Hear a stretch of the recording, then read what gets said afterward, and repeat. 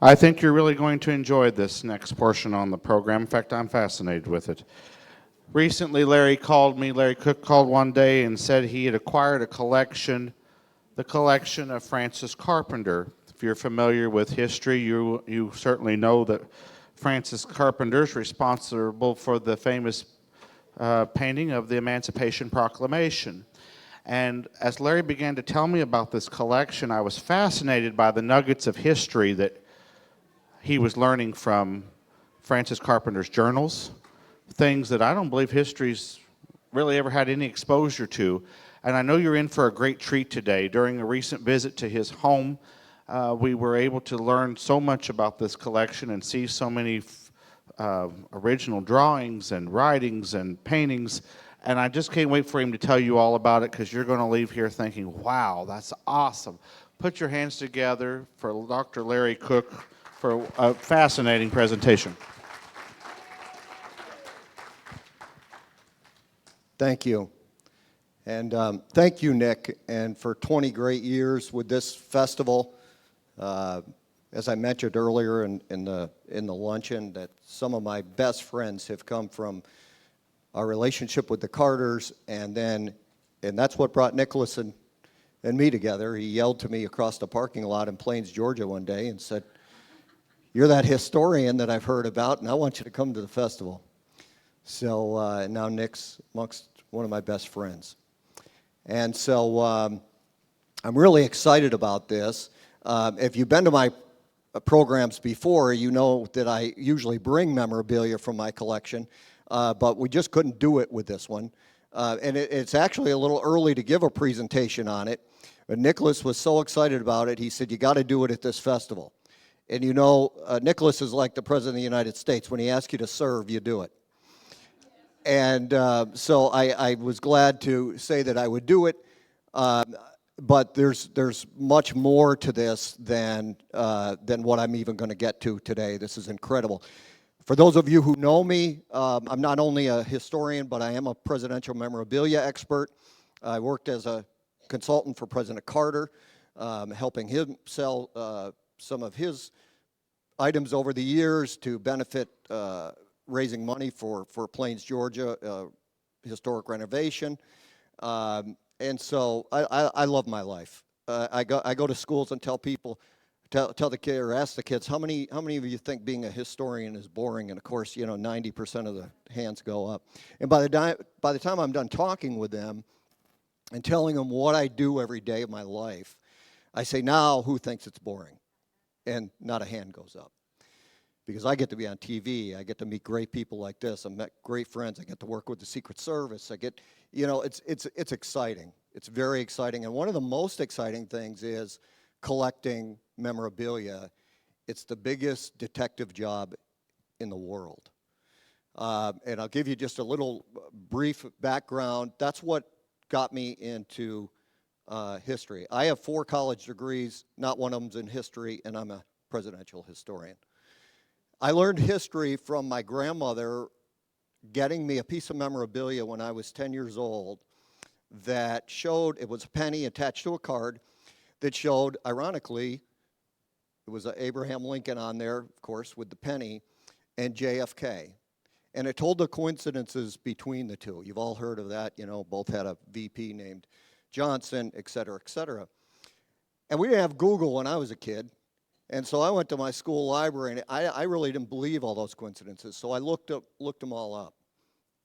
And I got interested in the presidents, and I looked all them up, and they were true. And then I'm very lucky I still have my parents, and my parents were great when I was a little kid, and they saw the interest I had in presidents, and they would get me a Nixon button, et cetera. And I would go and look everything up I could find on that president. And that's what led me down the path of history. And that's why in our newly established Larry Cook Historian Center for Presidential Research, I chose the path to presidential history starts here. Just briefly on that, I was really honored by one of our local, the biggest local library in our county, asked if they could establish a presidential research center in my name. And so we had the grand opening on March 8th. Nicholas Inman was our MC. My friend Massey McKinley sang for us. Andrew Greer sang for us. Richard Lamott sang for us. Our congressman was there. He gave the keynote speech. It's amazing. And since then, I've been traveling. I've been in Texas. I'm here. I can't wait to get back. I've lectured there once since it's been established. And I can't wait to get back because we're going to do great things there. So if you're in northeastern Pennsylvania, it's in Kingston, Pennsylvania at the Hoyt Library. That's my wife, who is the greatest person on earth. She's right there with me all the time. A big part of the center. She helped to get it going. And we're going to do great things. We've got a lot of schools and universities in our area we're going to partner up with. We're going to start a internship program, et cetera. I could talk the whole hour about that. So, but getting back to the collection part, and another thing we're going to do there too is we're going to have artifacts in there where you can come in and hold history in your hands, because I think that's the best way to learn history. At least it was for me. It changed my life. So, as I said yesterday, and I say at most of my talks, you never know where life is going to lead you. And I had a career in the medical field, and I was a director of medical operations for a fire department several years ago. And one of the guys that I served with there, a guy by the name of Larry Ives, we always called him Lucky, so I'll say Lucky when I'm calling this, talking about him. But he would always tell me back then, he said, I got a great-great-grandfather that has paintings in the White House. And,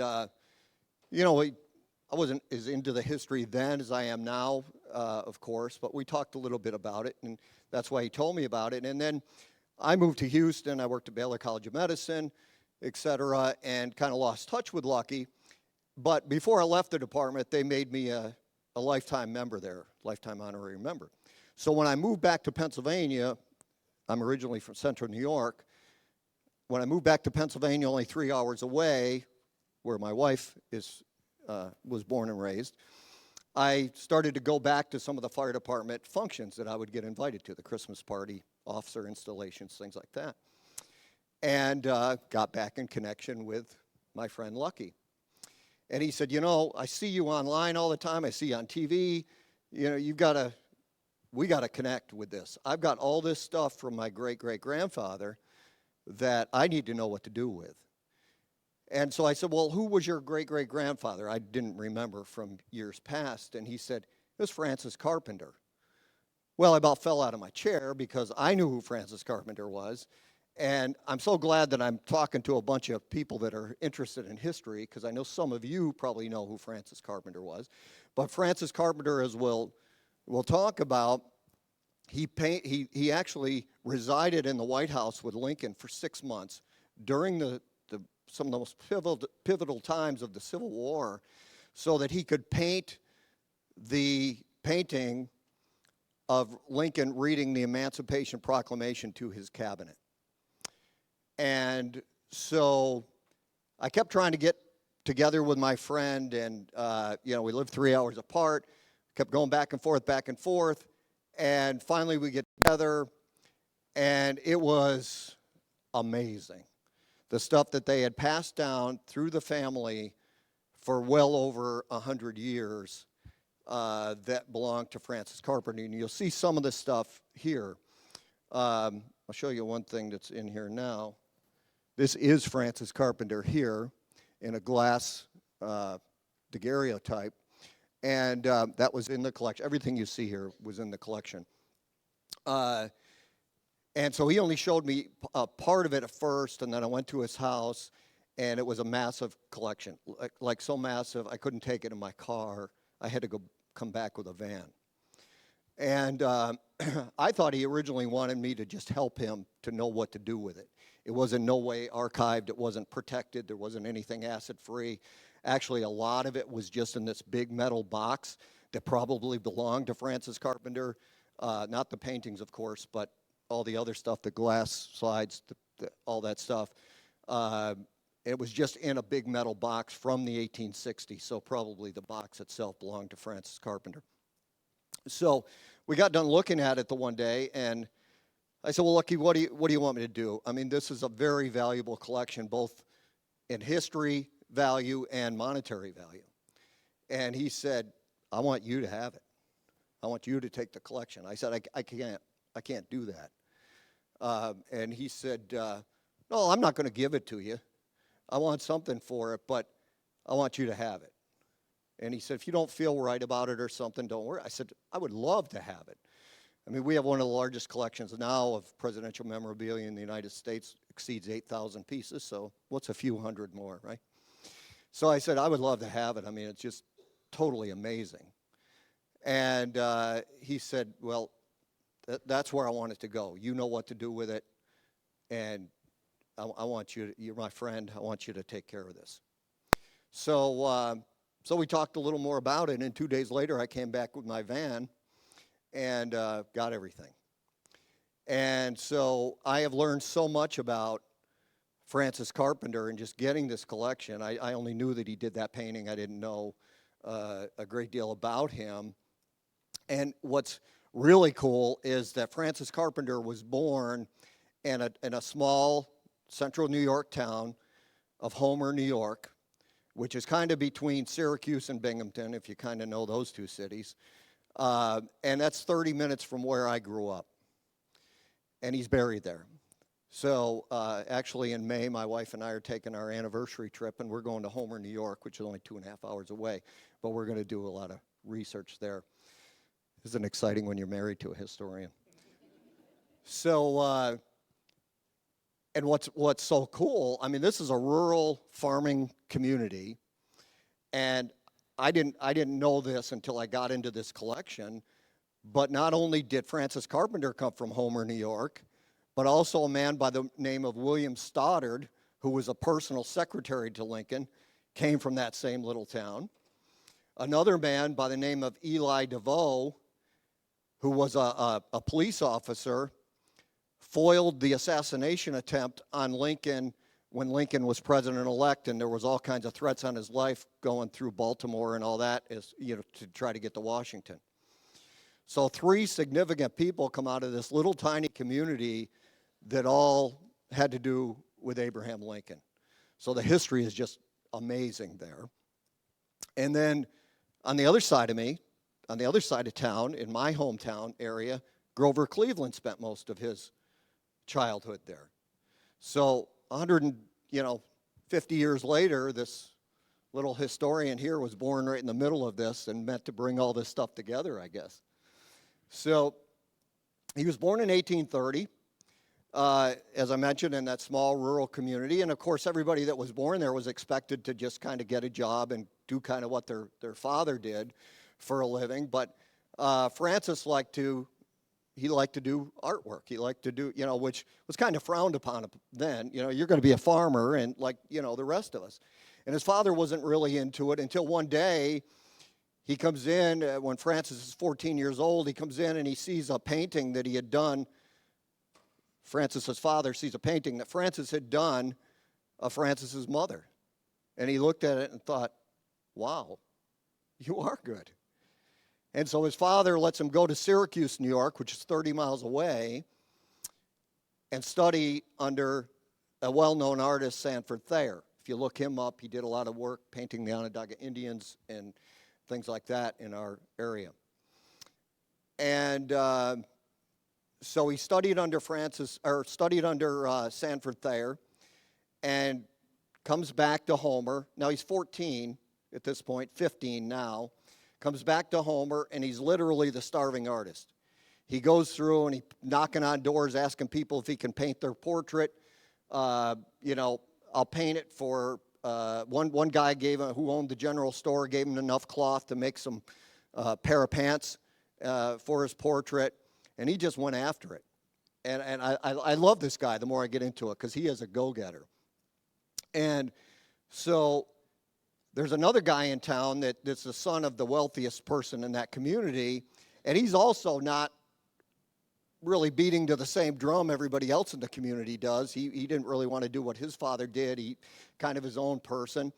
And so he likes Francis very much, and he says to Francis, hey, how about if I rent you a little studio here so you can get started? I mean, the stars aligned for this kid, which was great. So he paid the rent on a studio. Francis starts painting in there.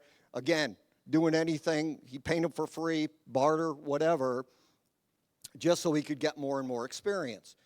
So this man by the name of Paris Barber, who was doing the studio for him, he knows a lot of more influential people around the community, and Cortland, New York was a bigger town near there. And so he gets some of those people to come and get their portraits, school administrators and judges and things like that, and really gets Francis to start painting now some more people that would be known in the community. So then Paris Barber says to Francis, you really ought to, there's an art league that's you can submit paintings to, and you really ought to submit this one painting. It's really good. You ought to submit it and see if they would take it. They would buy the painting if they liked it. So he submitted that painting, and out of 400 paintings submitted, they purchased 12 of them. One of them was Francis Carpenter's painting. He got $50 for that painting, which was a good sum of money in those days. So then, with Paris Barber's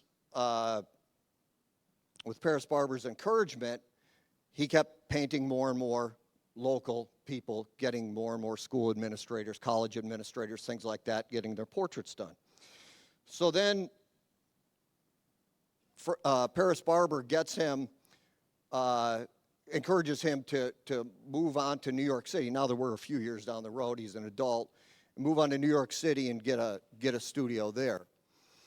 Well, he gets a studio there, and he gets a commission to paint this bank president that, but it's a full-length. The guy wants a full-length portrait done. He'd never done a full-length portrait.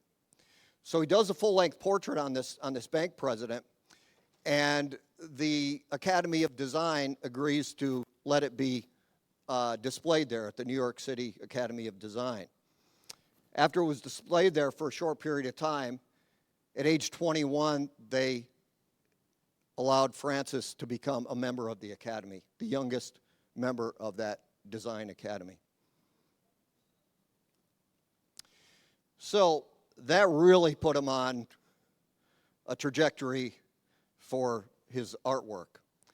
So who does he get next as a request to do another full-length portrait but President Millard Fillmore?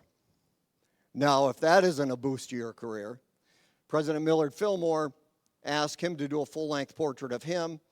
And the ironic thing is, Millard Fillmore was born just 8 miles outside of Homer. I don't think they even knew of the connection there, but it's so a lot of history came from the Homer, New York area. So he did that painting of President Fillmore, and his diaries that I've got, it's in there. When President Fillmore came in for a sitting today, that type of thing. Fillmore said, upon seeing the completed painting, he said, "It's the best likeness which has been taken of me."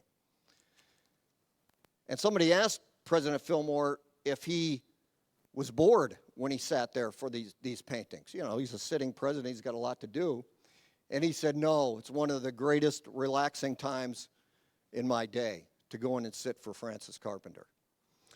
And now getting back to the collection, I have got like close to 40 years of diaries that he wrote. He did a diary from his early life right up to the end. So all this stuff that I'm telling you, it's in these diaries. Most of it, not his real, youngster life. But when it gets up to doing the painting at the Design Academy and Fillmore and all of that, that stuff's all written in these diaries. So that really puts him, to paint the President of the United States. So now other people start coming to him and wanting their portraits done. I'll give you some that, just a few that you'll recognize the names, but Sam Houston. I love it. And Carpenter was he's in the political moment. When I'm reading these diaries, he's talking to people like Sam Houston on the events that are going on, the current events. and he's getting their viewpoint on that. I have this all in his diaries. He describes them like an artist sees them. You know, like Sam Houston's got a rugged look, just like you would think Sam Houston would look. He's describing him in the diary entries. But I'll give you a few others. William Seward, Horace Greeley, Daniel Webster, Salmon Chase, Lewis Cass, most of the cabinet, of course, of Lincoln. P.T. Barnum came in and sat for a portrait. Opera singer Emma Abbott, poet John Greenleaf Whittier, Henry Ward Beecher, brother of Harriet Beecher Stowe. So I knew enough about him, you know, when I got the collection to. There's some of the entries. You can see Mr. Fillmore this morning, introduction to Mr. Fillmore this morning.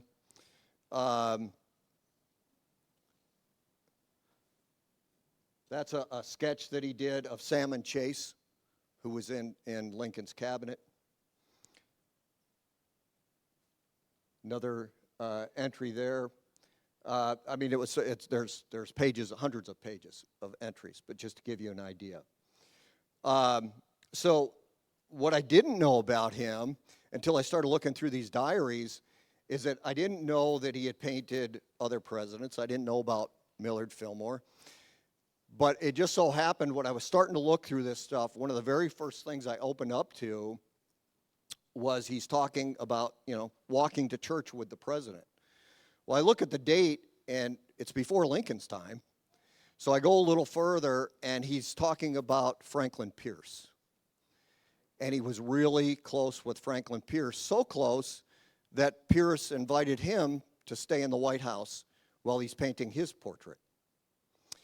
And there's some things in there, and some of my history friends like Massey and Andrew and some other people, like they get really, Nicholas, they get so excited when I'm telling them about this stuff, because I'm finding things in these entries that I don't think history knows about. And one of the things that, I mean, I get on the phone to these guys, you know, on the nerd line, and we're all, you know, when I find something, but I open up this one entry, and he says, walking with President Pierce today, and he's telling me the story of how when he was a congressman, Andrew Jackson put his hand on his shoulder and told him he'd be president one day. Isn't that crazy? I mean, this is just, and I've just started looking through this stuff. But I don't think that's known to history. I've asked some of my historian friends, you ever heard of that? No, I never heard of that. So Pierce was so impressed with his portrait that he commissioned him to do a portrait of his deceased son, Benny. As you may or may not know, but Benny was killed in a train accident at 10 years old when Pierce was president-elect. It caused Mrs. Pierce to pretty much become a recluse at the White House. And I was talking to my friend Andrew Oak over here about this, who knows a lot about first ladies.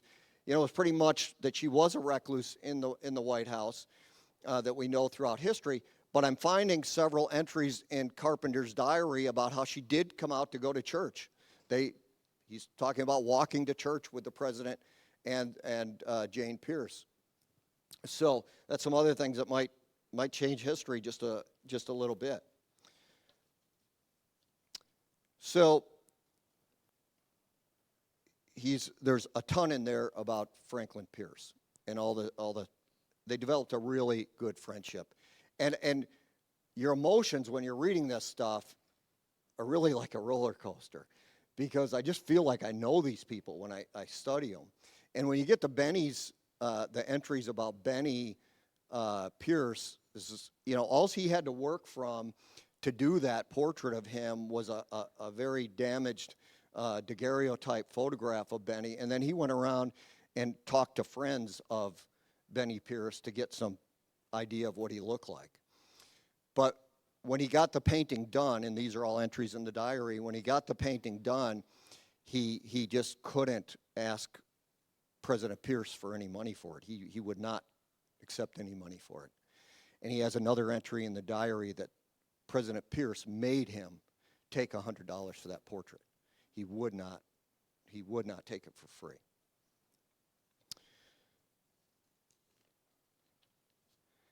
So we want to get to the part about Lincoln and the Emancipation Proclamation. Carpenter would get these ideas in his head, and then he would just have to do it. And he got the idea from looking at other great paintings of the Declaration of Independence, the Constitution, things like that. He felt strongly that one needed to be done on the Emancipation Proclamation. So he set out on a way to do that. And I want to read a quote from the diaries here when he's talking about that and thinking. It's a couple years before he got there to do it. But he said, "I conceive that the bond of men upon whom the eyes of the world centered as never before, upon the ministers of state gathered in council, depressed, perhaps disheartened, at the vain efforts of many months to restore the supremacy of the government. I saw and thought," in other words, in his head, "the head of the nation, bowed down with his weight of care and responsibility, solemnly announcing, as he unfolded the prepared draft of the proclamation, that the time for the inauguration of this policy had arrived. I endeavored to imagine the conflicting emotions of satisfaction, doubt, and distrust with such an announcement would be received by men of the varied characteristics of the assembled counselors." He's talking about the different reactions of the cabinet and how he's seeing that in his mind when Lincoln's going to read that proclamation, the Emancipation Proclamation. So he's setting this all up in his mind, and I'll show you in a little bit, but I have sketch after sketch after sketch of him sketching this out before the painting and after the painting. So he gets it in his mind. He kind of reminds me a little bit of Nicholas Inman, because when he gets an idea, he's going to do it, just like Nicholas. And so he's got to figure out how to get to Lincoln to know if he can get to the White House to start this painting. So he ends up going to the Speaker of the House. He had some connections because of all the, Sam Houston, all those other people that he was doing. So he gets the Speaker of the House, Schuyler Colfax, and he gets an Illinois congressman who knew Lincoln before Lincoln was president by the name of Owen Lovejoy, and he asked them if they would go to Lincoln and find out if he could come to the White House. In a week, they had gotten to Lincoln. Boy, that wouldn't happen today, trying to get through to the president, right? But he gets to Lincoln. They get to Lincoln in a week. They come back to him. And again, I'm taking this all from diary entries. In a week, they get back to him, and Lovejoy, the congressman, says, "The coast is clear. You can start when you want." So he's immediately invited to a White House reception to meet the president. So this is like February of 1864. So he gets invited to that. He meets the president at this reception, and then he asks the president if he can have a private meeting with him afterwards, and Lincoln grants him that. Again, this is all in the diaries. I'm reading, at a reception with President Lincoln, shook the president's hand, that type of thing. It's amazing. So Lincoln says to him, "We're going to set you loose and let you go at it." But Lincoln says to him, "Do you think you can really make a good likeness of me?" Lincoln always joked about his looks. And he assured him that he could. So this is something in the collection that really blew my mind. And I didn't know until I did some research what we had here. But I'm just going to do a couple of these and then explain to you. That's Lincoln's son, Tad. As you know, the first one was Lincoln with his son. These are all called albumen photos. They would have been, they made them with some type of an egg white wash is how they developed them, hence the name albumen. They would come off of the glass slide. I do believe these are Francis Carpenter's original albumens that Brady made for him. I mean, they're in his collection. As you can see, it was written in pencil underneath there, February 9th, 1864. Carpenter gets in the White House to start work. Lincoln gives him the state dining room as a studio. people would come in and go, well, who's this guy? And Lincoln would say, oh, he's an artist, don't worry about it. So, but he gets in there like February 7th, I think, which I think is cool because that's my birthday. But February 9th, he asked Lincoln if he can take him and his son over to Brady's studio and get a whole bunch of pictures taken. Lincoln agrees to it. So and you may know Matthew Brady is one of the most famous photographers of that time. So they go over there, and I'm going to flip through a few of these, but they take a whole bunch of photos, which I have these albumins of, in different poses, and we're going to go back to this one. If you recognize this one, this is the one that later on was used on the penny, on the 1 cent.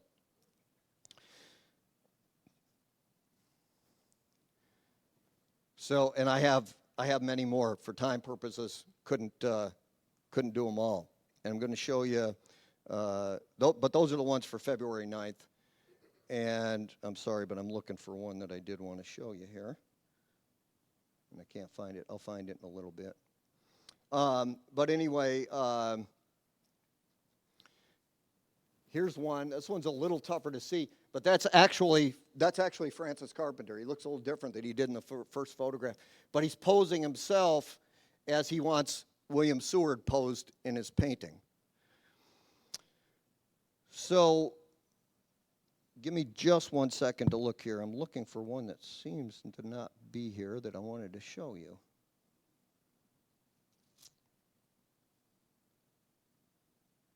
Well, anyway, it's another good story, and I'll tell you about it if it comes up. But so I have several of these. So he takes Lincoln over there. Lincoln agrees. They take all these photos, which he uses to paint the painting with.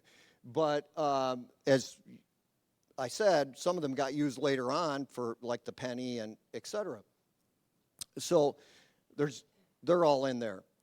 Also in the notebook, we have sketches. So here's one of his preliminary sketches on the Emancipation Proclamation. As you know, the artists will sketch it out before they actually start painting. There's sketch after sketch after sketch. You see where it says number 10 up there? That's a painting of Andrew Jackson that's hanging on the wall in that cabinet room. I have some close-ups of that too. I don't know if we have them on here or not. But, oh, yep, there it is, right there. That's the close-up of Jackson. And there's just sketch after sketch after sketch of him, even details. Now, I love this one because if you see on there, look at the stationery. It says Executive Mansion. He just picked a piece of paper up that was laying in the White House and did a drawing on it. So he goes to work with this and keeps painting and painting. Finally, he gets the painting to what he thinks is his best. He lets Lincoln see it. I'm moving it along a little bit because I know we got time here. But he lets Lincoln see it. And Mary Todd Lincoln loved it. And I think that's quite an endorsement because she was not necessarily a lady that was easy to please. And she loved it. She thought it was the greatest painting since the painting of the Declaration of Independence. And now this painting's big. It's like 15 feet long by 9 feet high. It's big. So he gets it done there, and I think it's just like July 22nd. He feels that the Lincolns can see it. The other cabinet members looked at it, and I love it because his comments are in the diary there too. Some of them were happy with it. Other ones were jealous where they were placed in the photo, thought they should have had a better, because they didn't sit. I'll show you a picture of the painting, but they didn't sit and pose for that painting. It was all in Carpenter's head and how he thought it should be.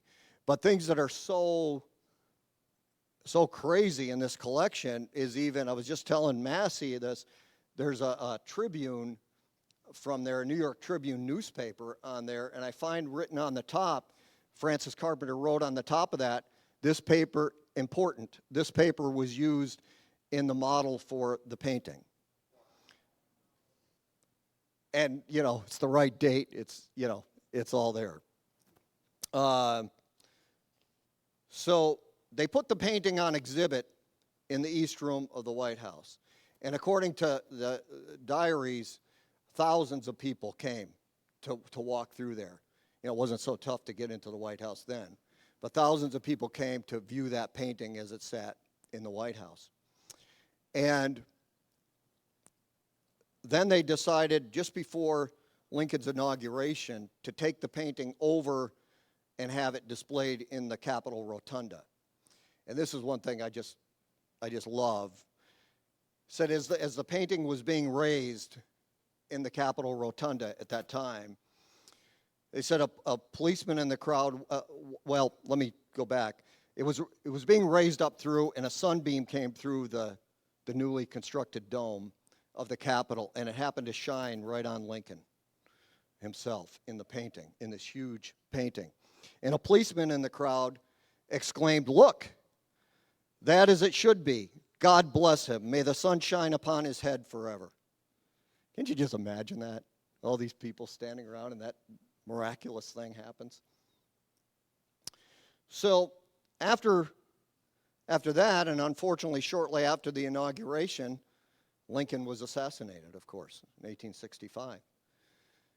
So the painting went on a tour, and I can't even imagine this. Now, again, what did I say? 15 feet by 9. Can you imagine taking that on tour? He had hinged it. He hinged the frame for it so it could be folded up and transported. So it went on a tour. It went to some of the stops that I found. It went to New York, Boston, Chicago, and Milwaukee. I don't know how it got all the way to Milwaukee, but it did. And he got $50 a week for the royalties of that tour. And as I'm going along here, I'm just going to randomly put up some other sketches and stuff so you can see. There's all kinds of sketches in this book of Lincoln. There's probably 20 plus sketches of Lincoln in this. I'll just randomly hit some other sketches that you can see. There's the chandelier.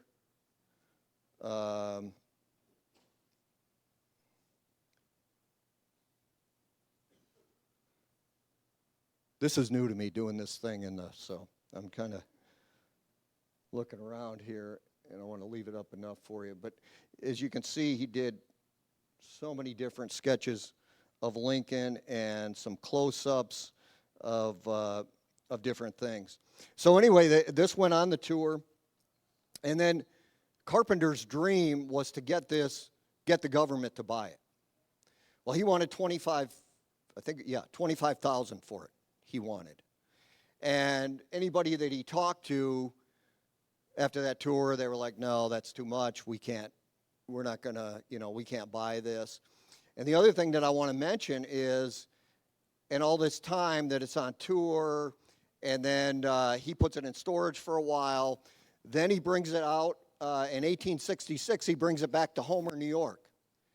And I read this, not in the diaries yet, but I read it in another book from the Homer Historical Society, that said that people came from all around because they wanted to shake the hand of the man that had shook the hand of Lincoln, to see that painting. And I think that's super cool. So he takes it back to his hometown. That's, of course, a big deal. He shows it there, but he still really wants to get it into the government's hands and have it displayed. So he contacts William Stoddard, but now William Stoddard's out of the White House. He doesn't have the connections that he used to have, but he contacts him and asks him for his help to get the government to buy it. So, and I just want to give you a couple more views. This one I want to point out. That's actually a painting that I have. There's 8 paintings in this collection, and they're big. That one there is like this by like this. And I said to my wife, "Can you imagine Lincoln might have been looking at the backside of that canvas?" You never know. He painted it at the White House. Whether Lincoln was sitting there for it or whether he took it from one of the photos, we don't know. Like I said, there's so much more. I could go on for 3 hours with this, and so I'll probably talk to Nicholas as I learn more to do this again, so you can as Paul Harvey would say, hear the rest of the story. But there's another, that was a print that was made from, and it's hand-signed by Carpenter there. So he gets Stoddard to help him out. Stoddard doesn't have the connections that he used to have, but he's willing to help him. Stoddard's even encouraged him to help him. And all this time, which I find this kind of weird in one way, but then I think it's that whole genius artist mind, Carpenter was not satisfied with the painting, so he kept messing with it. He kept, and there's entry after entry in there about, and the one entry is like completely scraped all the paint off of Lincoln's face and redid it. And Stoddard got on his case about it. Stoddard's like, hey, you're going to change this to where, you know, it wasn't like when you finished it. But he was obsessed with it. For years, he retouched it, and you can see that obsession in the diaries. Every day, he's frustrated in his entries in that. And, you know, and I'm going, no, don't touch it anymore, you know. And so finally, Stoddard, he tries a few times to get them to take it, and he can't get them to take it. Now, you also got to remember we're in the time of Reconstruction now, okay? So some people that may be in Congress and stuff are not necessarily big fans of having a Lincoln painting and the Emancipation Proclamation. And so it was a little bit of a job to do that. So Stoddard tried a couple times, couldn't get it done. So finally, Stoddard gets a hold of Carpenter and says, hey, I've got this lady you need to talk to. So a very wealthy lady who also felt that the government should have it said, I will buy it for the $25,000 and I will donate it to Congress. Now there's a patriot. So Carpenter's like, yeah, that's good. Well, it wasn't that easy. It was easy for her to pay the $25,000 and purchase the painting, which she did, but still you had to get the Congress and the Senate to accept it. So, like I just mentioned, we were in a time of Reconstruction. I'm looking for another guy here. There he is. That's Alexander Stephens, if anybody knows who he is. I know you know. He was the vice president of the Confederacy. But now it's after the Civil War, he's back in the Senate as a major Senate leader. So what Stoddard did is Stoddard gets a hold of James Garfield, who was the leader in the Congress, and he gets a hold of Alexander Stephens, who's the leader in the Senate, and said, come on, guys, we got to get this done. So Stephens said, well,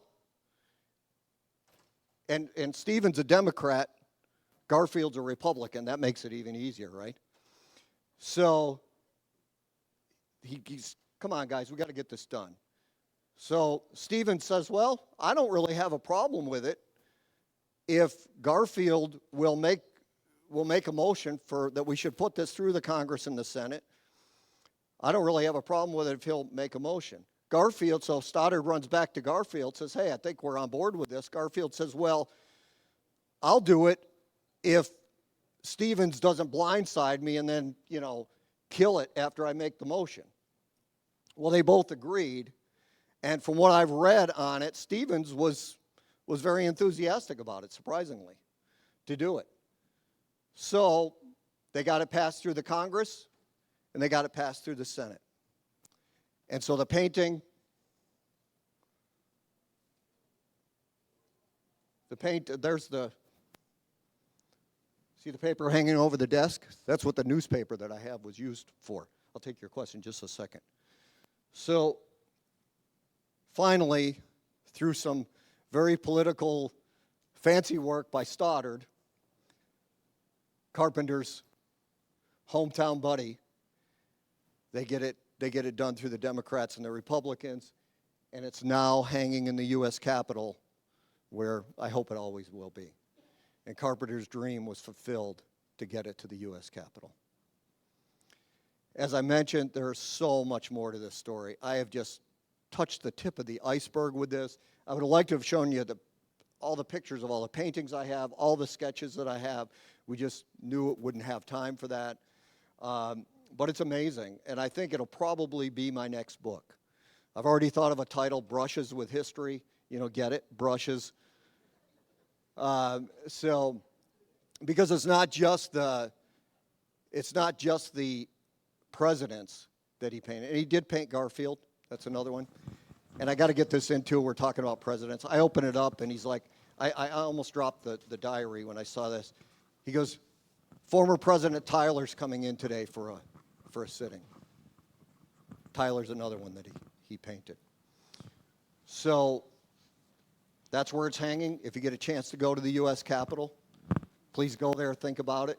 Think about what you heard here. Think about Francis Carpenter and a man that just had a dream and just made it happen over years and years and years. Thank you so much. Couple questions? Thank you. Yeah. We're going to do a couple questions real quick. Perfect. Do you find any evidence in his writings of him changing any other paintings, or do you think maybe he was changing that because he was thinking, well, it's not selling, it might not be, why he was changing the... That's a great question, by the way. Thank you. So far, I have not seen any evidence that he changed any other paintings. I don't. It could be in there yet. I haven't seen anything like that. There's tons of entries about that painting. And this is just, I guess maybe me trying to play psychologist a little bit, but I think that probably he could never feel like it was good enough because Lincoln was such an iconic figure, and not just an iconic figure, but an important figure and a friend of his. And I don't know, and like I said, I'm probably playing psychologist too much here, but was he always trying to please Lincoln in his mind? Is kind of more the way I'm looking at it, because the Lincoln issue with those entries is always there. Changed President Lincoln's hands, et cetera. So that's the best I can tell you there, but great question. Larry, how many of these photos have been published for public viewing? Are we privy to any of these today? I cannot find some of them, and other ones I can only find through the White House Historical Association, and that's the neat thing with technology these days. It's cool, is that you want so badly to look something up easily online, but when you can't find it, you got a rare bird. And so I was looking up some of these, and I got a quick little story about that. Some of these were just, for years, they were just kept in a scrapbook and all that kind of stuff. And so there's that's what I was looking for, and I may not have gotten on there by the person that was helping me with this, but there was a full-length photo of Lincoln, and his face is all obscured in that photo. Looks like maybe the photo wasn't taken well care of or something, and I thought that's what it was. So I'm trying to find some of just what you're suggesting, see if there are copies of these photos anywhere else. And I find it through the Historical Association, and their photo has Lincoln's face obscured. Well, what happened, and the story is great that went with that, because Lincoln would let his sons run wild through the White House. He spoiled them. They had free reign. Well, when Carpenter wanted to have some more photos done of Lincoln, he asked another photographer that worked with Brady to come to the White House and do that. When they were at the White House, the photographer says to Carpenter, I need a dark room. So Carpenter says, well, use this room over here. Well, Tad, Lincoln's son, was really miffed because that's a room he had just claimed for a playroom. So when they're developing the pictures in there, he locks them out of the room. Carpenter has to go to Lincoln to make his son behave and unlock the room. So in the White House historical picture, under the caption, it says, notice Lincoln's face is obscured, most likely from Tad locking the photographers out of the room. Like, this is a historian's dream when I find something here and then I'm backing it up over here and the stories line up perfectly. So I think maybe one more question, or is that it? One more? We have one more. We'll take one more question. Anyone? Any more questions? No more? Got it. I don't have a museum. In his basement? Mary Aker wrote an article about me a few years ago about me buying a bigger house because of my collection. So I have two big rooms for my office, and it sounds a little corny, I say sometimes, but I think it makes me a good historian when I'm in there doing my work and all these presidents are looking at me. Thank you so much. Been a great audience. Appreciate it. All right. I told him about that in the beginning. Yeah. Thank you so much. Dr. Larry Cook, longtime chair.